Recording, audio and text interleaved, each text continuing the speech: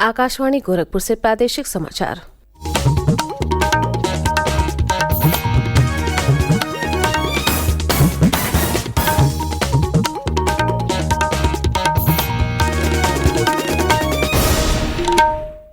नमस्कार। समाचार बुलेटिन के साथ मैं सोनी निगम। पहले मुख्य समाचार। प्रदेश सरकार वित्तीय वर्ष 2023-24 के लिए विधानमंडल में आज पेश करेगी बजट। राज्यपाल आनंदीबेन पटेल के अभिभाषण पर चर्चा की होगी शुरुआत। विधानमंडल के बजट सत्र के दूसरे दिन कल सदन में दिवंगत सदस्यों को दी गई श्रद्धांजलि। 1 मार्च से प्रदेश में विद्युत की नई व्यवस्था होगी लागू। समय से होगा उपभोक्ताओं का विद्युत बिल जनरेट। और चारधाम यात्रा के लिए कल से शुरू हुआ ऑनलाइन पंजीकरण।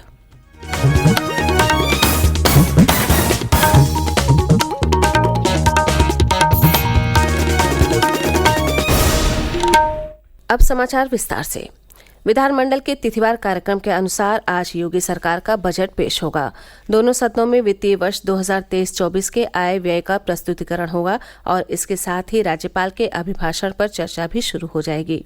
23 और 24 फरवरी को भी राज्यपाल के अभिभाषण पर चर्चा जारी रहेगी। 25 फरवरी शनिवार को वित्तीय वर्ष 2023-24 के आय व्यय पर सामान्य चर्चा होगी, जबकि 27, 28 फरवरी और 1 मार्च को भी बजट पर सामान्य चर्चा जारी रहेगी।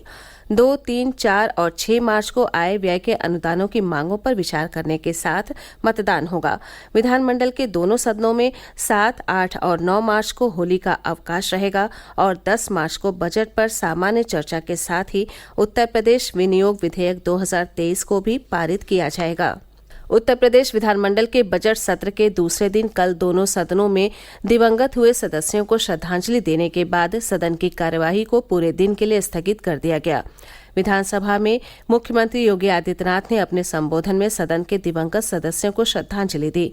मुख्यमंत्री ने विधानसभा के 3 बार अध्यक्ष और पश्चिम बंगाल के पूर्व राज्यपाल रहे केसरीनाथ त्रिपाठी को श्रद्धांजलि अर्पित करते हुए कहा कि उनके निधन से राजनीति साहित्य विधा की अपूर्णीय क्षति हुई है। नेता सदन योगी आदित्यनाथ ने विधायक राहुल प्रकाश कोल के निधन को दुखद बताते हुए कहा कि जन सेवक का जीवन संघर्षपूर्ण होता है, उसे पग पग पर अग्नि परीक्षा देनी पड़ती है। मुख्यमंत्री ने कहा कि विधानसभा के लिए निर्वाचित होने से पहले वे छात्र जीवन से ही राजनीति में सक्रिय थे। उधर विधान परिषद के सभापति कुंवर मानवेंद्र सिंह ने सदन की कार्यवाही शुरू होने के पश्चात पश्चिम बंगाल के पूर्व राज्यपाल और प्रदेश विधानसभा के पूर्व अध्यक्ष केसरीनाथ त्रिपाठी के निधन पर शोक व्यक्त किया। सभापति ने श्रद्धांजलि व्यक्त करते हुए कहा कि केसरीनाथ त्रिपाठी प्रसिद्ध कानूनविद थे और राजनीति के पुरोधा माने जाते थे। उनकी सरलता, सहजता और विविधता सबको प्रभावित करती थी। उन्होंने कहा कि राजनीति के साथ साथ उन्होंने साहित्य विधा में भी उल्लेखनीय योगदान दिया, जिसके चलते उन्होंने हिंदी संस्थान का कार्यकारी अध्यक्ष पद का दायित्व भी संभाला। सभी दलों के नेताओं ने भी विधान परिषद के वर्तमान सदस्य रहे बनवारी लाल के निधन पर अपनी अपनी शोक संवेदना व्यक्त की। इसके पश्चात सदन की कार्रवाई को पूरे दिन के लिए स्थगित कर दिया गया। राष्ट्रीय अन्वेषण अभिकरण यानी NIA ने कल देश भर में छापेमारी की।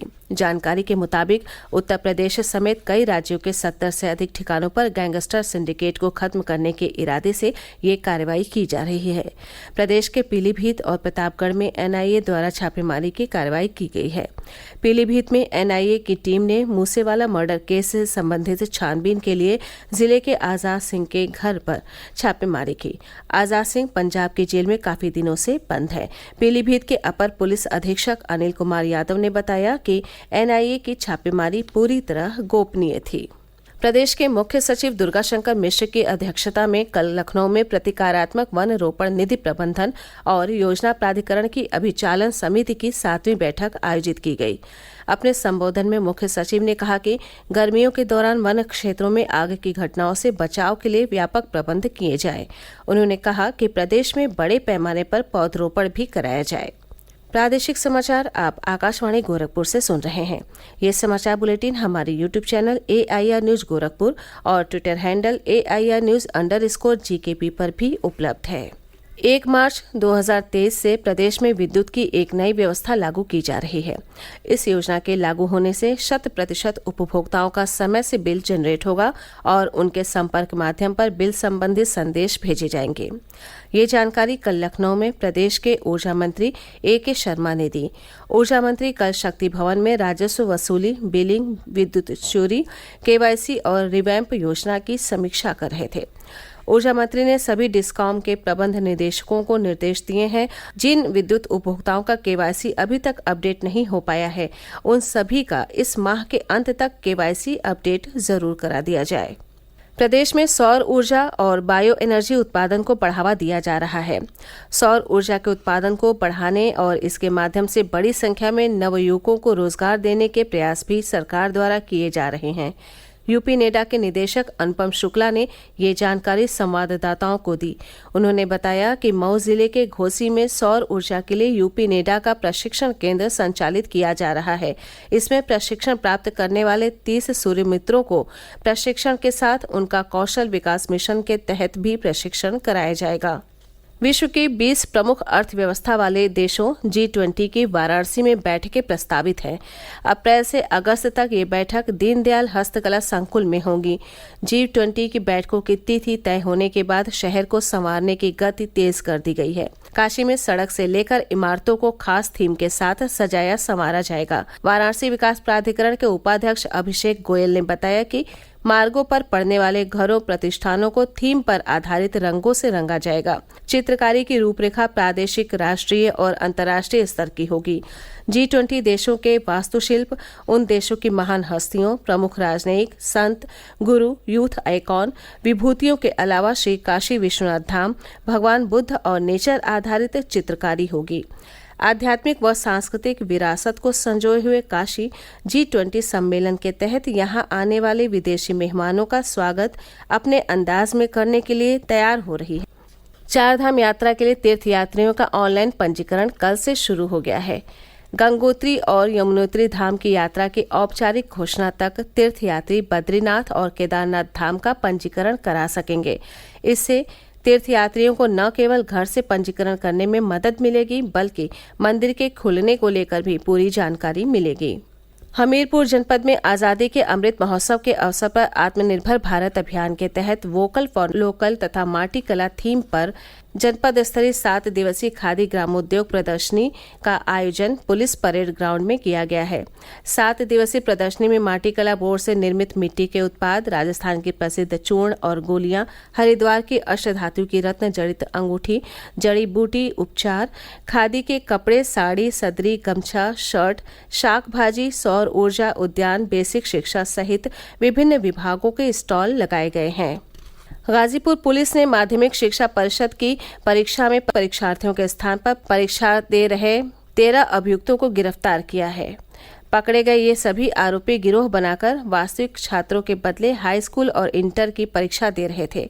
जिलाधिकारी आरेका अखौरी एवं पुलिस अधीक्षक ओमवीर सिंह ने संयुक्त रूप से संवाददाताओं को बताया कि बलरामपुर, बस्ती व अन्य जनपदों से सॉल्वर गैंग के लोग लड़कों को लाकर उनका फर्जी आधार कार्ड बनवाकर वास्तविक परीक्षार्थियों के स्थान पर परीक्षा दिलवाते थे।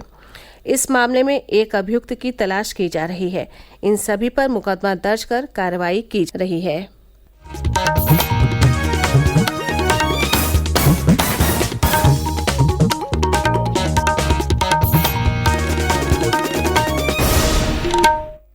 अंत में मुख्य समाचार एक बार फिर। प्रदेश सरकार वित्तीय वर्ष 2023-24 के लिए विधानमंडल में आज पेश करेगी बजट। राज्यपाल आनंदीबेन पटेल के अभिभाषण पर चर्चा की होगी शुरुआत। विधानमंडल के बजट सत्र के दूसरे दिन कल सदन में दिवंगत सदस्यों को दी गई श्रद्धांजलि। 1 मार्च से प्रदेश में विद्युत की नई व्यवस्था होगी लागू। समय से होगा उपभोक्ताओं का विद्युत बिल जनरेट। और 4 धाम यात्रा के लिए कल से शुरू हुआ ऑनलाइन पंजीकरण। इसी के साथ ये समाचार बुलेटिन समाप्त हुआ। नमस्कार।